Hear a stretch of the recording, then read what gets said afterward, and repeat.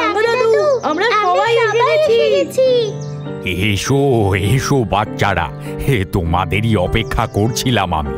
তা বলো, আজকে তোমরা কিসের গল্প শুনতে চাও? তুমি যা গল্প বলবে আমরা তাই শুনবো। আচ্ছা ঠিক আছে বাচ্চারা, আমি তোমাদের একটা গল্প শোনাচ্ছি। সবাই শান্ত হয়ে বসো। আজকে তোমাদের একটা ভারী মজার গল্প শোনাবো। তবে দাদুর গল্প শোনার আগে চ্যানেলটি সাবস্ক্রাইব করে দাও কিন্তু। আর দাদুর গল্প কেমন লাগলো তা কমেন্ট করে জানাও। পাশে থাকা বেল আইকনটি ক্লিক করে দাও, যাতে দাদুর নতুন নতুন গল্প শোনার সুযোগ তোমাদেরই আগে হয়। তবে শোনো, এই গল্পটা একটা ছেলের, যার নাম রূপায়ণ। রূপায়ণ স্কুলে পড়ে, কিন্তু এখন থেকেই তার ভারী ইচ্ছে সে একজন নামকরা লেখক হবে। কিন্তু যখনই সে গল্প লিখতে বসে, তার মাথায় কোনো প্লটই আসে না। বসে বসে ভাবতে থাকে, আর দিন থেকে রাত হয়ে যায়। এক লাইনও সে লিখে উঠতে পারে না। এক দু লাইন লেখে, তারপরই খেই হারিয়ে ফেলে। কিন্তু তাও সে আশা ছাড়ে না। এর জন্য সে ঘরে বকা খায়, স্কুলে বকা খায়, আবার গৃহ শিক্ষকের কাছেও বকা খায়। কারণ সে কখনোই নিজের পড়া করে উঠতে পারে না।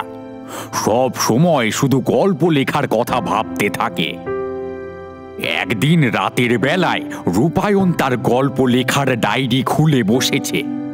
আজকে সে গল্প লিখেই ছাড়বে।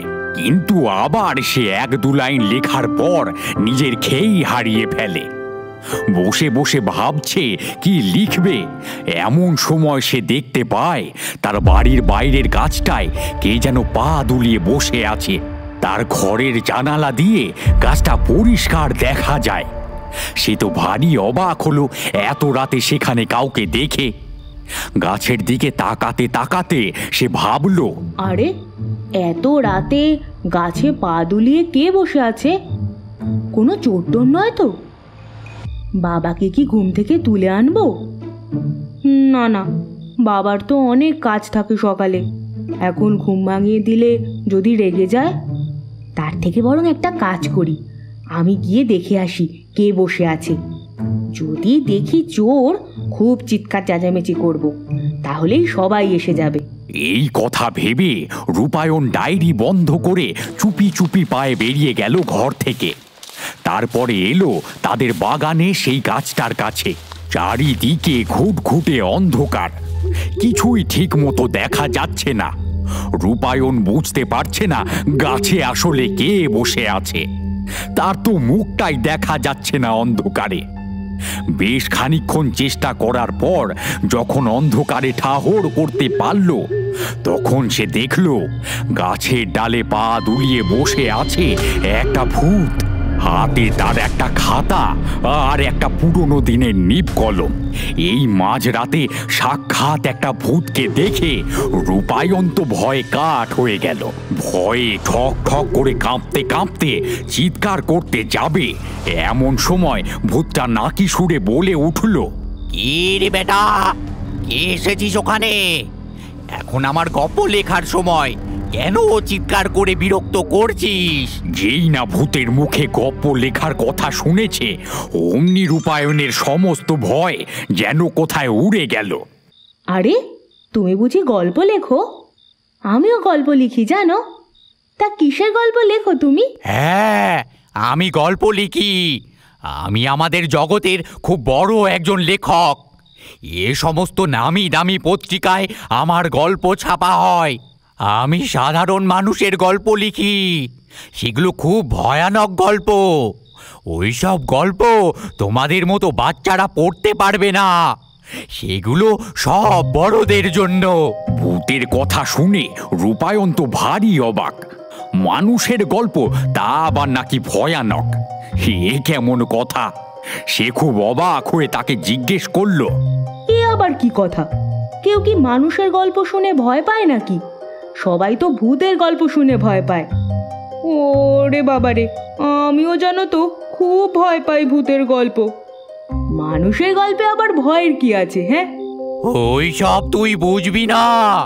তুই এখন মানুষ তো, তাই এসব বুঝবি না। ভূত হলে বুঝতে পারতিস।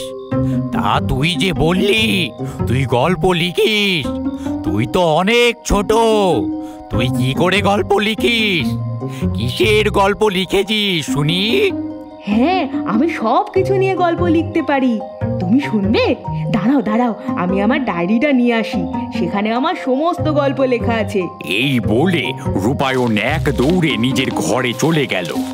তারপরে নিজের ডায়েরিটা সাথে করে আবার চলে এলো সেই গাছের তলায়। এরপর সে শোনাতে লাগলো তার লেখা গল্পগুলো।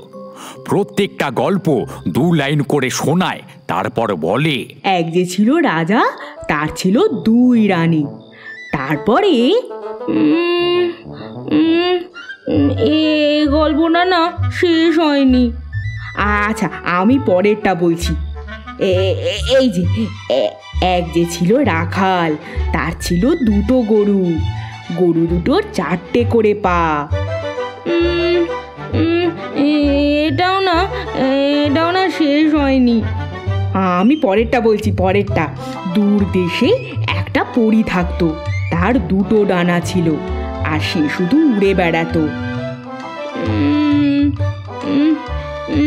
জানো তো, এটাও না ঠিক শেষ হয়নি।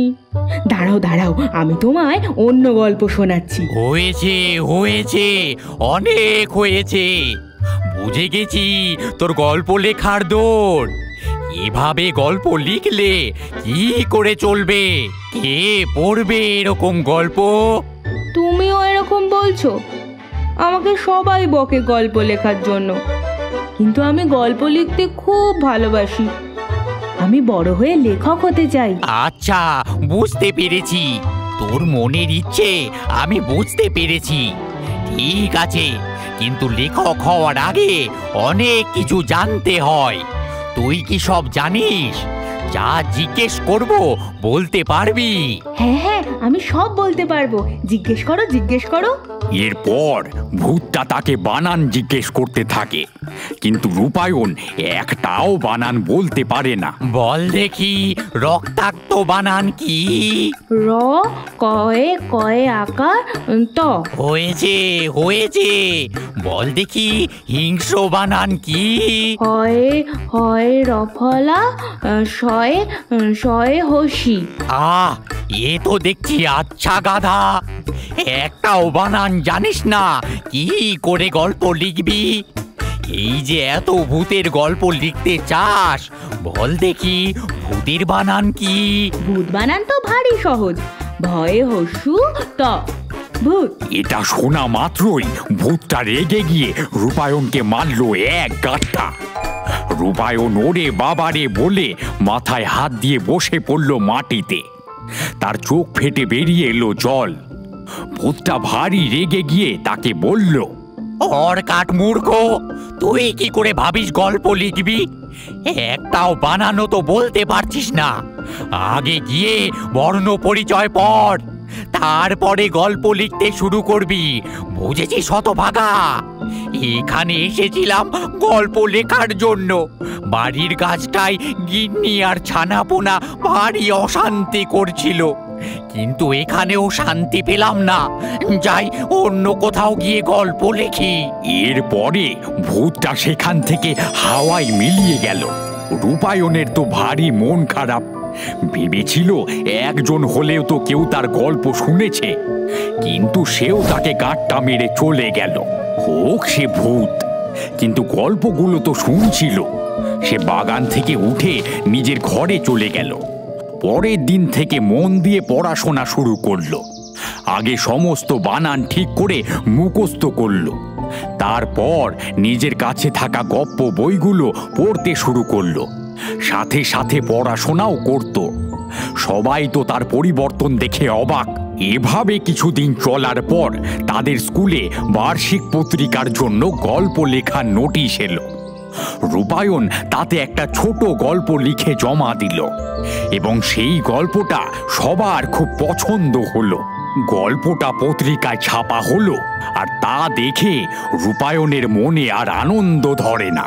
সে সবাইকে তার লেখা গল্প দেখাতে লাগলো আর মনে মনে ধন্যবাদ জানালো সেই ভূতটাকে, যার গাঁটটা খেয়ে আজকে তার মধ্যে সুবুদ্ধির উদয় হয়েছে। থ্যাংক ইউ ভূত আঙ্কেল। বুঝলে তো বাচ্চারা, সব সময় নিজের পড়াশোনা করবে, কোনো দিন নিজের পড়া ফেলে রাখবে না, নয়তো আবার কোন দিন একটা ভূত এসে তোমাদের গাঁটটা মারবে। কি ফেলে রাখবে না তো?